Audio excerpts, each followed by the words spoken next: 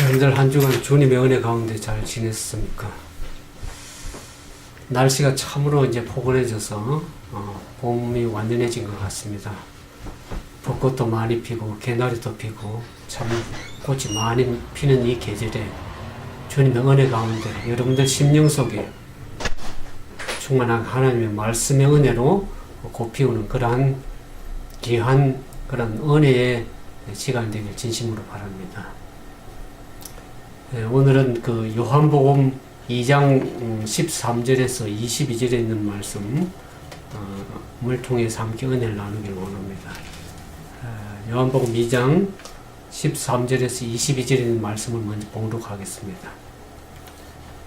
유대인의 유월절이 가까운지라 예수께서 예루살렘으로 올라가셨더니 성전 안에서 소와 양과 비둘기 파는 사람들과 돈 바꾸는 사람들의 앉은 것을 보시고 노끈으로 채찍을 만드사 양이나 소를 다 성전에서 내어 쫓으시고 돈 바꾸는 사람들의 돈을 쏟으시며 상을 엎으시고 비둘기 파는 사람들에게 이르시되 이것을 여기서 가져가라. 내 아버지의 집으로 장사하는 집을 만들지 말라 하시니 제자들이 성경 말씀에 주의 전을 사모하는 열심히 나를 삼키려 한 것을 기억하더라.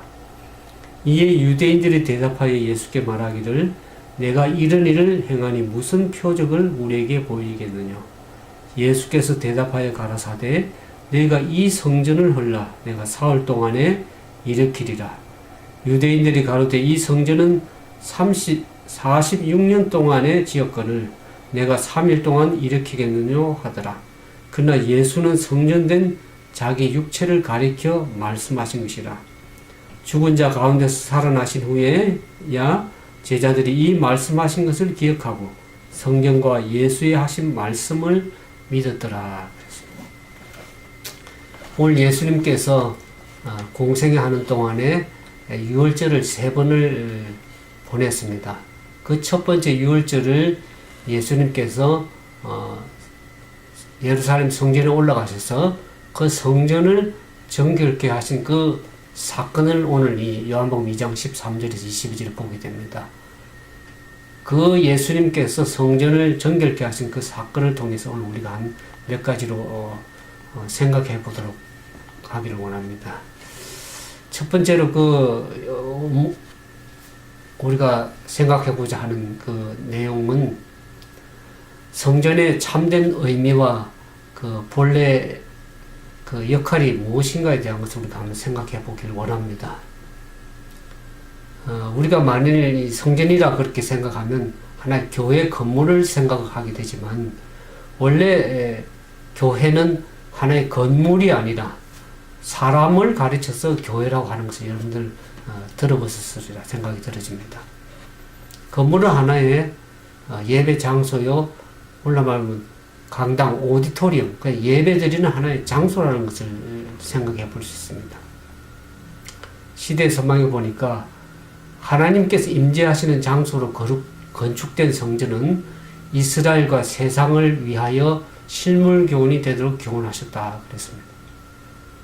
오늘날 많은 교회들이 자신들의 교인들을 위해서 관리하고 또 예배 드리지만 실제 예수님께서 하나님께서 계획하신 것은 예배 드리는 사람뿐만 아니라 세상 사람들을 위해서도 그들이 위해서도 하나님께서 역할을 감당하도록 그렇게 하신 것입니다.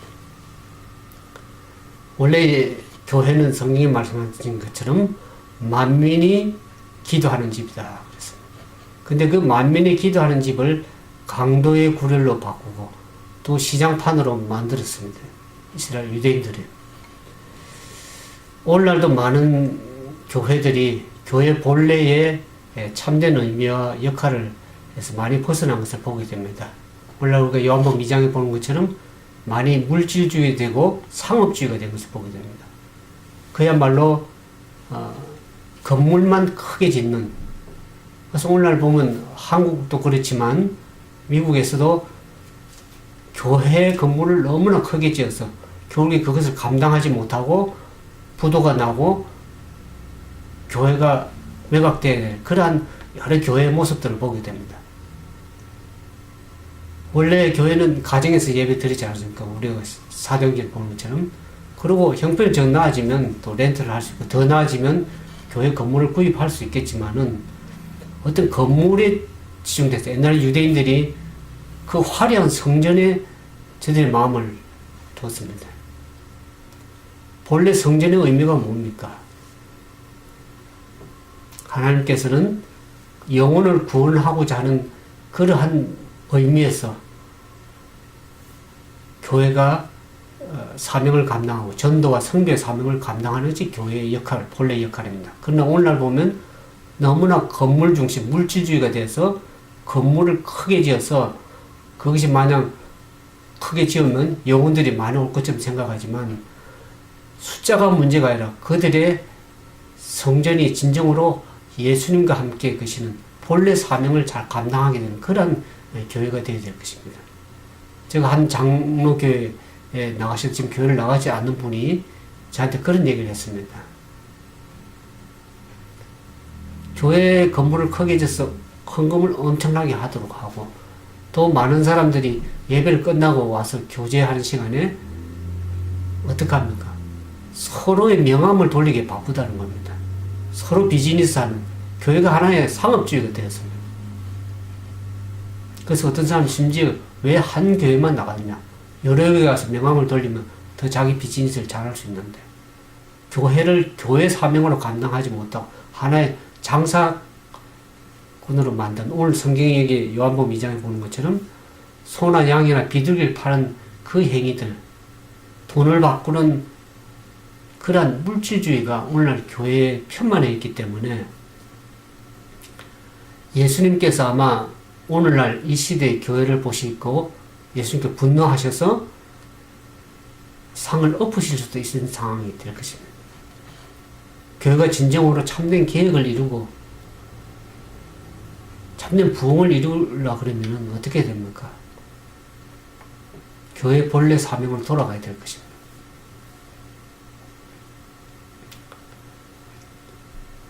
장감리 교인도 그렇게 교회를 하나의 상업주의를 이용하는 분도 많아진 것을 듣고 제가 깜짝 놀랐죠. 재림교인은 어떻습니까? 재림교인들도 장감리 교인들을 본받아서 건물을 크게 한국에도 얼마나 크게 짓는지 모릅니다.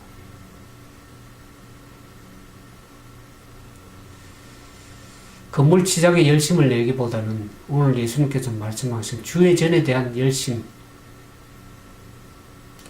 그래 건물을 물질주의로 크게 짓다고 보면 어떻습니까? 교회가 하나의 점점 세속화되어집니다. 물질주의가 되어서 사람들의 정신이 전부 다 물질주의로 흐르게 되어 있습니다. 오늘 요한복음 2장에 보는 것처럼 6월절 기간 동안에 예수님께서 성전을 방문했을 때 그때 예루살렘은 이 팔레스타인 각지에서 또 외국에서 이렇게 오는 수많은 사람들을 붐볐습니다. 그래서 이 성전들이 굉장한 혼잡한 군중으로 가득 찼고 많은 사람들이 희생 제물을 드리기 위해서 제물을 이렇게 가져와서 예물을 드려야 되는데 희생 제물을 드려야 되는데 그 먼 거리에서 가져올 수 없기 때문에 그 성전 바깥들에서 소나 양이나 이 비둘기를 이렇게 사는 그런 짐승들의 거래가 있었습니다. 그니 얼마나 혼잡했겠습니까? 그리고 이제 모든 외화는 성전주화로 또 바꾸고 교환했고, 모든 유대인들은 그 생명의 속전을 해마다 반세겔을 지불해야 되는 요구를 받았습니다. 그렇게 모은 돈을 성전을 유지하는 데 사용했고, 이외에도 많은 금액들이 헌물로 많이 들여졌습니다. 그래서 성전 금고가 비축이 되었고, 또 모든 외국 화폐는 성전 봉사에 사용되는 성전 세겔이라 불리는 성전 주화로서 이렇게 교환하도록 됐습니다. 그니 돈 바꾸는 일들이 있음으로 인해서 많은 사기와 부정 이득이 취득할 수 있는 기회가 되었습니다. 그것이 그 당시에 제사장들에서 또 소동원이 되었다, 그런 기록이 있습니다. 그 상인들은 어떻습니까?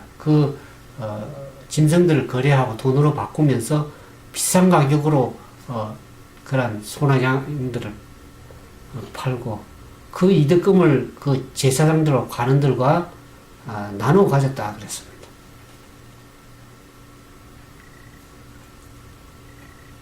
근데 이 경배자들이 그 같은 희생제물을 드리지 않으면은 하나님의 축복이 그들의 자녀와 토지에 임하지 않는다고 그렇게 믿도록 가르침을 받았기 때문에 저들은 어떻게 하든지 비싼 가격에 동물을 사서 그런 헌신의 행위를 하지 않을 수 없는 그런 상황이 되어버렸습니다.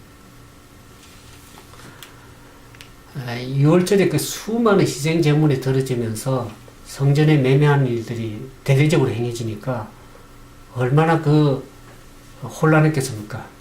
그러니까 하나님의 성전이라는 것이 오히려 소란스러운 가축시장처럼 혼란스러웠습니다. 그 혼란스러운 속에 있기 때문에 하나님의 말씀이 예배드리는 사람들의 예배가 상당한 많은 방해를 받고 하나님의 말씀이 어떻습니까? 그 성전에 들어온 그 혼란한 짐승의 소리, 가축이 우는 소리, 양과 비둘기 우는 소리, 이런 또 상인들이 이렇게 거래하는 그 흥정하는 소리 때문에 지극히 높으신 하나님의 말씀은 성전 속에서 묻혀버리고 말았습니다. 그 소리 때문에. 하나님의 말씀은 묻혀지고 혼란스러운 혼동의 상황 속에서 예배가 방해를 받게 되었습니다. 오늘 우리는 어떻습니까? 하나님의 성전을 바르게 잘 사용하고 있습니까?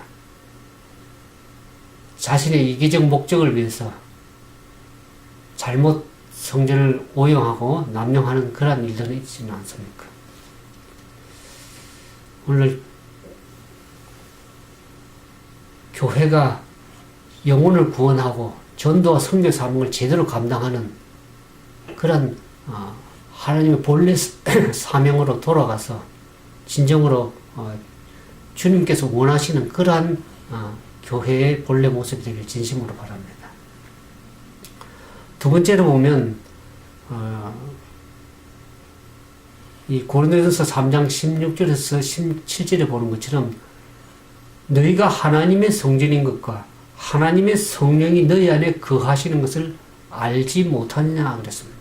누구든지 하나님의 성전을 더럽히면 하나님이 그 사람을 멸하시리라. 하나님의 성전은 거룩하니 너희도 그러하리라 그랬습니다. 우리의 마음이, 우리의 몸이 하나님이 거하시는 거룩한 성령의 전인 것을 여러분들이 아실 줄 압니다. 그야말로 우리의 몸이 하나님이 거하시는 하나의 거룩한 성소라는 것을 우리가 이해할 필요가 있습니다. 예루살렘에 있던 그 성전이 정화가 되고 정결이 되어야 되는 것처럼 오늘 우리의 몸이, 마음이 하나님의 거룩한 말씀으로 정화가 되어야 될 것입니다. 얼마나 우리가 세상을 살아가면서 우리가 우리의 몸과 마음이 얼마나 더럽혔는지 알 길이 없습니다. 성전의 본래적 모습, 하나님이 원하시는 그런 모습으로 우리가 되돌아가야 될 것입니다. 시대의 소망을 보면 이렇게 얘기했습니다. 영세전부터 광명하고 거룩한 서랍 천사로부터 사람에 이르기까지 모든 피조물을 창조주께서 내재하시는 성전이 되도록 하는 것이 하나님의 목적이었다. 그렇습니다. 하나님께서 인간을 왜 창조하셨습니까? 사람 속에 하나님의 창조주께서 내재하시는 거룩한 성전이 되도록 한 것이 하나님의 목적입니다. 근데 인류가 죄로 말미암아서 아담 이후로 범죄함으로 말미암아서 하나님의 거룩한 성전이 되기를 거쳐버렸습니다. 사람의 마음들이 죄악으로 마음이 어두워지고 더러워져서 신령하신 분의 영광이 더 이상 드러나지 못하는 게 있습니다. 그러나 하나님의 아들 예수 그리스도께서 성육신에서 이 땅에 오심으로 인해서 하나님의 목적이 다시 회복이 되었습니다. 하나님께서 인류 안에 거하시고 또 구원하시는 은혜를 통해서 사람의 마음에 다시 하나님의 거룩한 성령이 성전이 될 수 있다는 것입니다. 그걸 위해서 예수님께서 오셨고 십자가에 대신 죽으시고 하늘로 승천하신 것을 보게 됩니다.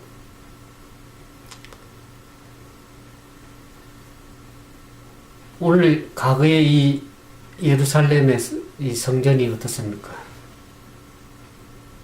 그 예배 드린 유대인들이 그렇게 그들이 자랑스럽게 생각하던 성전의 진정한 의미를 이해하지 못했습니다. 그들은 성전에 화려한 것을 자랑했지만 그들의 마음은 어떻습니까? 성령에게 드려질 만한, 성령이 임재할 만한 거룩한 성전으로 드려지지 못했습니다. 오늘 많은 사람들이 교회 가서 건물을 자랑하고 예배를 드리지만 먼저 그들의 마음이 거룩한 성령에게 드려질 만한 전이 되어야 될 것입니다. 근데 그 당시에 보면 불경한 거래 혼잡으로 말미암아서 예루살렘 성전의 뜰이 어떻습니까? 관능적인 정욕과 부정한 생각으로 풍모를 말미암아서 성전이 더러워졌습니다. 오늘날도 우리의 마음이 죄로 말미암아서 더러워지면은 하나님이 거하실 만한 거룩한 마음의 성전이 되지 못하죠. 예수님께서 그 성전을 정결케 하기 위해서 마음속에 더러운 죄, 영혼을 부패케 하는 세속적인 욕망, 이기적인 욕정, 악한 습관을 제거하고 정결케 하기 위해서 그 당신의 사명을, 공생을 시작하면서 처음으로 하신 것이 성전을 정결케 하신 것입니다.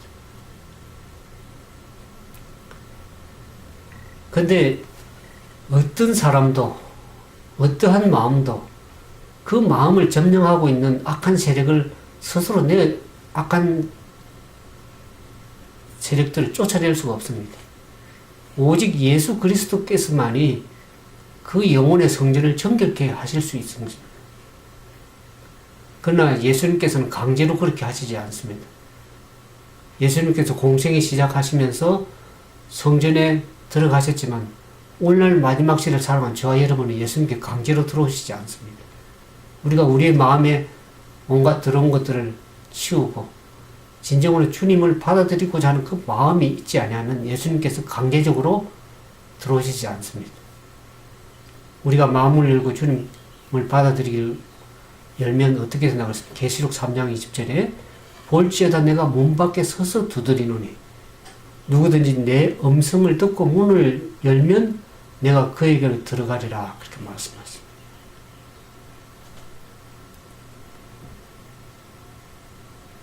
예수님께서 우리 속에 들어오셔야 그리스도의 임재는 우리의 영혼을 정결케 하고 성결케 해서 우리의 마음이 예수님이 거하실 수 있는, 하나님이 거하실 수 있는 거룩한 성령이 될 뿐만 아니라 성령 안에서 하나님이 거하실 거룩한 처소가 되어지는 것입니다.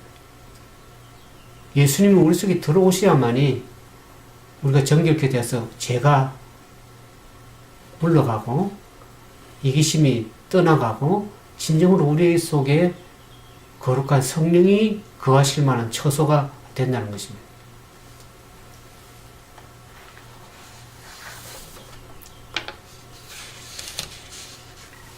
세 번째로 우리가 생각해 볼 것은 성전이라는 것은 첫 번째로 우리가 뭐라 그랬죠? 사람이 아니라 성전은 사람이 교회다. 그럼 두 번째는 우리의 마음이 거룩한 전형이 돼. 세 번째로는 성전이라 그러면 예수님 자신을 성전이라고 할 수 있는 것입니다. 물론 우리는 우리의 진정한 성전에 대한 바른 인식이 좀 필요합니다. 유대인들은 성전을 정결케 하신 예수님을 보고 직접 대화하고 나눴지만 그들은 진정으로 세상 죄를 위해서 드려진 그 희생제물, 그 예배의식에 드려지는 희생제물에 대한 그 예수님에 대한 참모습을 저들이 보지 못했습니다. 시대 소명에 보면 그런 얘기를 하죠. 그리스도께서는 성전의 기초요 생명이셨다고 그랬습니다.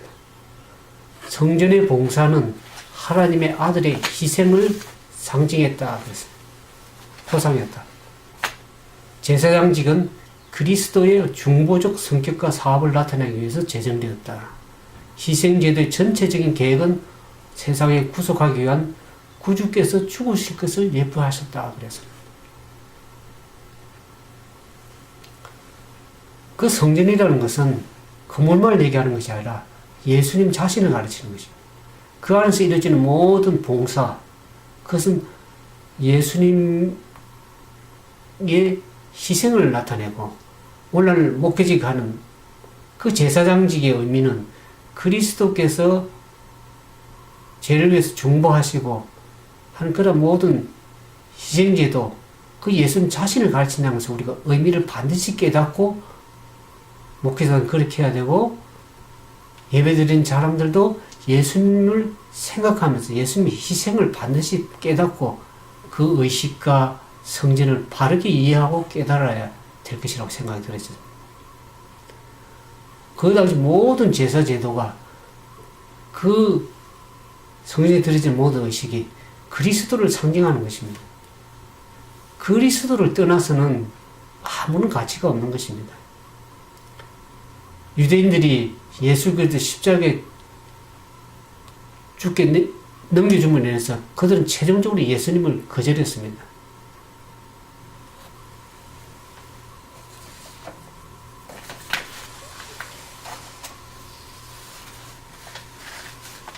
우리가 이 요한복음 아까 2장에 읽은 것처럼 예수님께서 그 소나 양을 파는 사람 상인들 다 쫓아내시고 성전에 돈 바꾸는 상을 엎으시고 채찍을 휘둘러서 정결케 하시 그런 일을 행했을 때 제사장들은 왜 성전을 다 도망갔습니까? 성전에 도망갔습니다. 왜 그 자리에 서 있지 못했으며 가난한 목수의 아들이요 갈릴리 사람이 그렇게 성전을 정화할 때에 왜 그들은 예수님께 대항하지 못했습니까? 또 왜 상인들은 부정한 돈을 버리고 그렇게 비천한 외모를 한 그분의 명령을 듣고 도망을 갔습니까? 그리스도께서는 왕의 위엄을 가지고 말씀하셨고 그분이 하신 외모와 음성에는 그들의 힘으로는 전혀 저항할 수 없는 무엇이 있었다 그랬습니다. 그들에게 명령하시는 그 예수님의 말씀을 듣고 저들은 전에 인식하지 못했던 저들의 위선, 강도로서의 자신들의 진정한 입장을 깨닫게 되었다 그랬습니다. 신성이 인성을 통해서 나타났습니다. 그리스도 얼굴에 나타난 그 분노를 보았을 뿐만 아니라 그분이 하신 말씀의 뜻을 깨닫게 되었습니다. 영원하신 재판장의 보좌 앞에 현세와 영혼을 위하여 선고를 받은 것처럼 그들이 느끼게 됩니다. 심판하시는 예수님의 모습으로 느껴져서 두려움을 가지고 그들이 성전에서 도망가게 되었습니다. 근데 나중에 그들이 다시 성전에 돌아오면서 설거음성을 돌아오면서 뭐라고 얘기합니까? 예수님께 가서 내가 여기 2장 그 나오죠.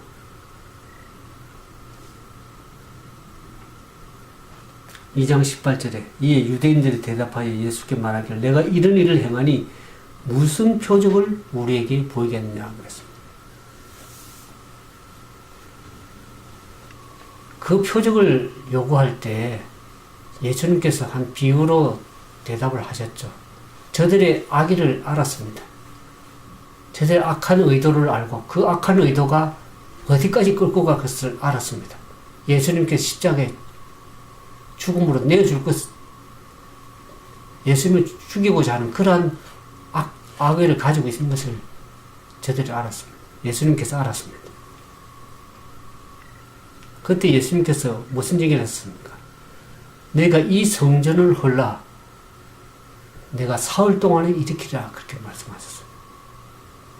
이 말씀의 의미는 이중적인 뜻의 의미가 있다고 시대소망 얘기를 하고 있습니다. 첫 번째 의미의 뜻은 유대인들의 성전과 예배가 파괴될 것을 말씀하신 것입니다. 저들이 예수님을 거절했죠. 십자가에 내줌으로 결국에는 예루살렘 성전이 파괴되고 저들이 예배를 드릴 수 없게 되었습니다. 예배가 파괴되었습니다. 뿐만 아니라 여기 두 번째 의미는 예수님께서 십자가에 죽으실 것을 말씀하셨습니다.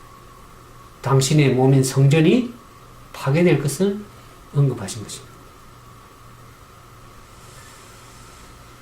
근데 왜 그 당시에 유대인이거나 또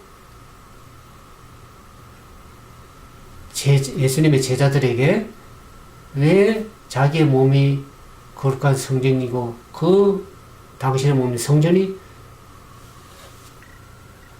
사흘 동안에 너희가 이 성전을 헐라 내가 사흘 동안에 일으키리라 하는 자기 몸된 성전을 가리켜서 얘기했다고 성경이 얘기했는데 그것을 왜 얘기 안 했을까?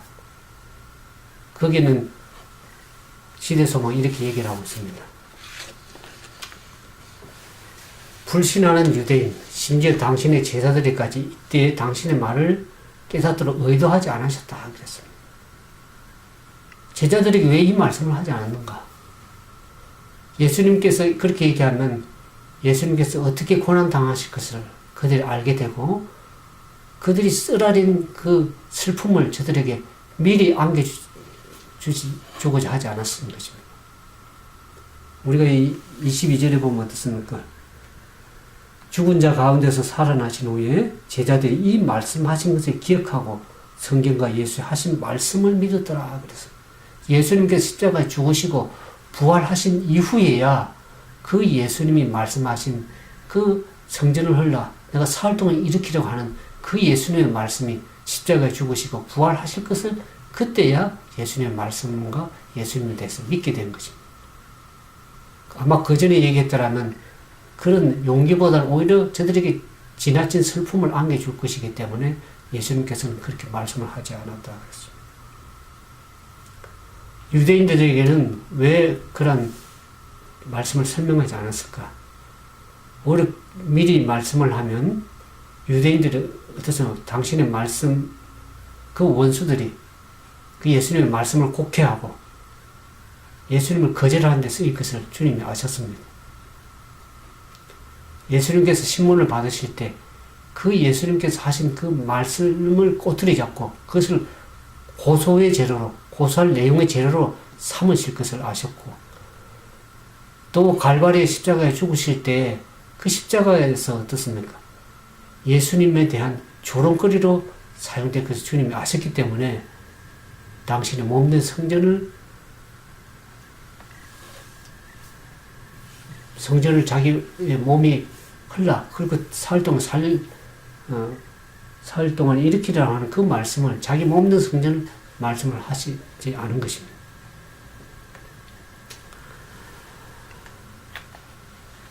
오늘 우리는 성전의 본래 참된 의미를 깨닫고 본래 사명의 의미를 우리가 회복해야 될 것입니다.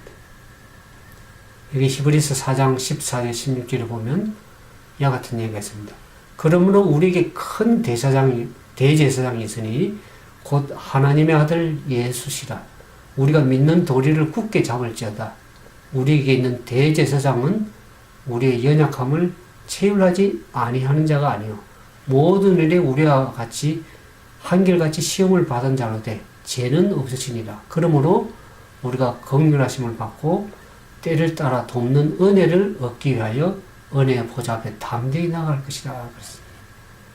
여기에 큰 대제사장, 제사장들은 매일 성소에 들어갔지만 이제는 예수님께서는 이 마지막 시대 대속죄를 사는 우리들을 위해서 대제사장 1년에 한 차례 대속죄일에 들어갑니다. 마지막 시대 살아가는 우리의 시선은 어디에 가 있습니까? 지성소에서 봉사하신 대제사장 대신 예수님께 우리의 시선이 가야 됩니다. 우리의 눈이 지성소에 가 있어야 되고 우리의 믿음이 지성소에 가 있어야 되고 우리의 마음이 예수님께 가 있어야 됩니다. 화려하게 보이는 거룩한 성전에 유대인들이 자랑스러운 생각, 그 성전이 문제가 아니라 그 성전 대신은 예수님께 우리의 마음이 가 있어야 되고 그 성전에서 대제사장으로서 우리를 중보하고 계시고 죄를 도말하고자 하시는 그 대제사장 대신 그 그 예수님에게 지성소에 우리의 믿음이 가 있어야 되는 것입니다. 예수님께서 죄를 도말하고자 하실 때 지상에서 대속죄대 바깥에 떨어져서 백성들은 어떻게 해야 됩니까? 그들의 마음을 죄를 버리는 일을 해야 됩니다. 마음을 괴롭게 하고 그 죄를 버리고 예수님을 믿음으로 바라보면서 죄로부터 승리하는 그러한 사람들이 되기를 예수님은 원하시는 것입니다. 그래서 우리가 때를 따라 돕는 은혜를 얻기 위해서 날마다 죄를 버리고 믿음으로 예수님 보좌 앞에 담대히 믿음으로 나아가는 우리 모두가 될 것이라고 생각이 들어집니다. 아무쪼록 우리가 요한복음 2장에 예수님께서 성전을 정결케 하신 그 사업을 생각하면서 오늘 우리의 몸, 마음, 우리의 생각들이 정결케 되고 그 예수님을 맞이할 수 있는 그러한 거룩한 성령의 전이 다 되기를 진심으로 바라면서 오늘 말씀을 마치도록 하겠습니다. 함께 기도하겠습니다. 거룩하시고 자비하신 아버지 하나님, 오늘날 교회의 참된 사명을 잃어가고 있는 이 시대에 우리가 어떠한 사람이 되어야 마땅하냐, 주님이 오시면 가까움을 바라보면서 우리의 거룩한 성령의 전인 우리의 마음을 정결케 하고 예수님을 우리 마음속에 모심으로 죄를 이기고 진정으로 우리가 거듭나는 거룩한 경험을 통해서 우리가 죄로부터 승리하는 그 믿음의 사람들이 다 될 수 있도록 도와주시옵소서. 우리의 믿음의 주여 온전케 하시는 예수님께 우리의 믿음의 시선을 고정하고 지성소에서 죄를 도말하시고 정결케 하시는 그 예수님을 바라보면서 지상에 사는 우리들에게 죄를 버리고 진정으로 회개하고 주님께 온전히 우리 마음에 드리는 그러한 날마다의 우리의 삶이 될 수 있도록 도와주시옵소서. 우리 한 주간 누추하고 부족한 허물과 죄를 주님 십자가에 다 내려놓사오니 우리 허물과 죄를 용서하시고 주님 은혜 안에서 다시 거듭나는 귀한 경험을 통해서 날마다 죄를 버리고 죄로부터 승리하는, 그리하여 예수님을 믿음으로 받아들임으로 날마다 승리하는 주님의 참된 교회들이 되도록 주께서 은총을 더해 주시옵기만을 거룩하신 구주 예수님 이름으로 간절히 기도드리옵나이다.